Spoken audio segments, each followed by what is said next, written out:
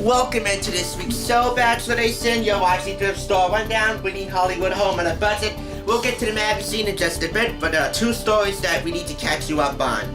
The casting department at Next Entertainment and Mike Flies have a lot of problems to work out. Last week we brought you the story of the proposal from Next Entertainment, similar to the Bachelor, Bachelorette.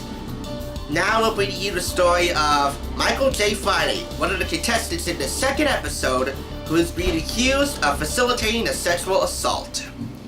Wisconsin resident Erica Danae Metsky detailed how Michael J. Friday, a contestant on the proposal's second episode, which has since been pulled from ABC's schedule tonight, facilitated a sexual assault in the form of a date rape that took place when he and Metsky met on a Tinder date last November.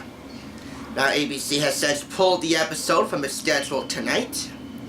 There is a joint statement made by ABC and Water Horizon Television. An allegation has been made against the contestant on the proposal.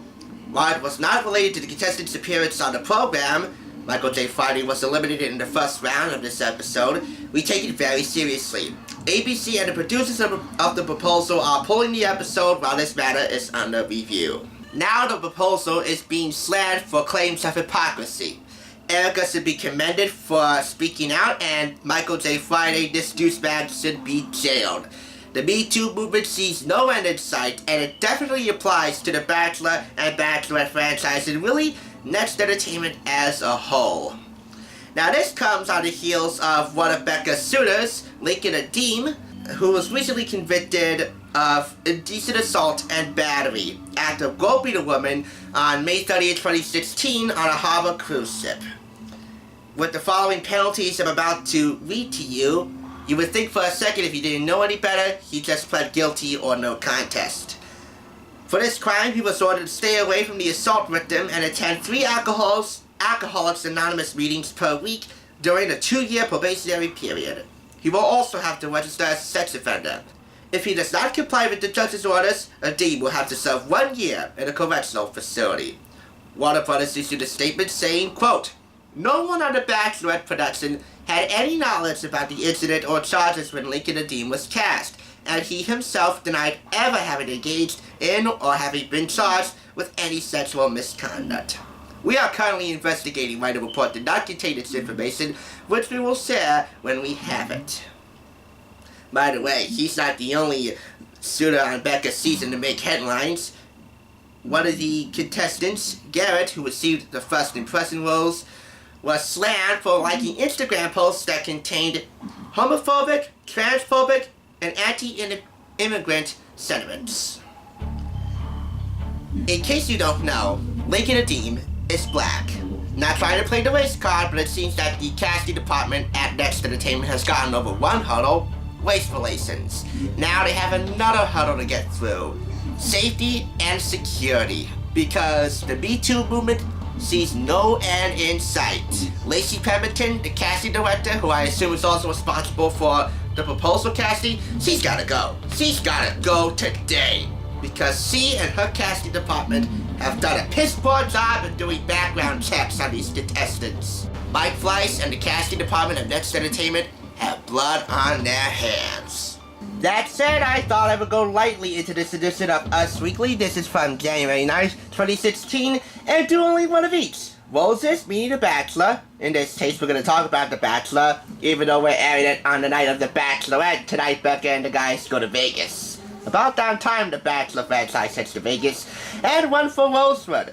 Rosewood, of course, meaning Pretty Little Liars. And that's where we'll start off today, with Ashley Benson among the Brocade Brigade, in which metallic fabrics, Hollywood beauties command fans' undivided attention.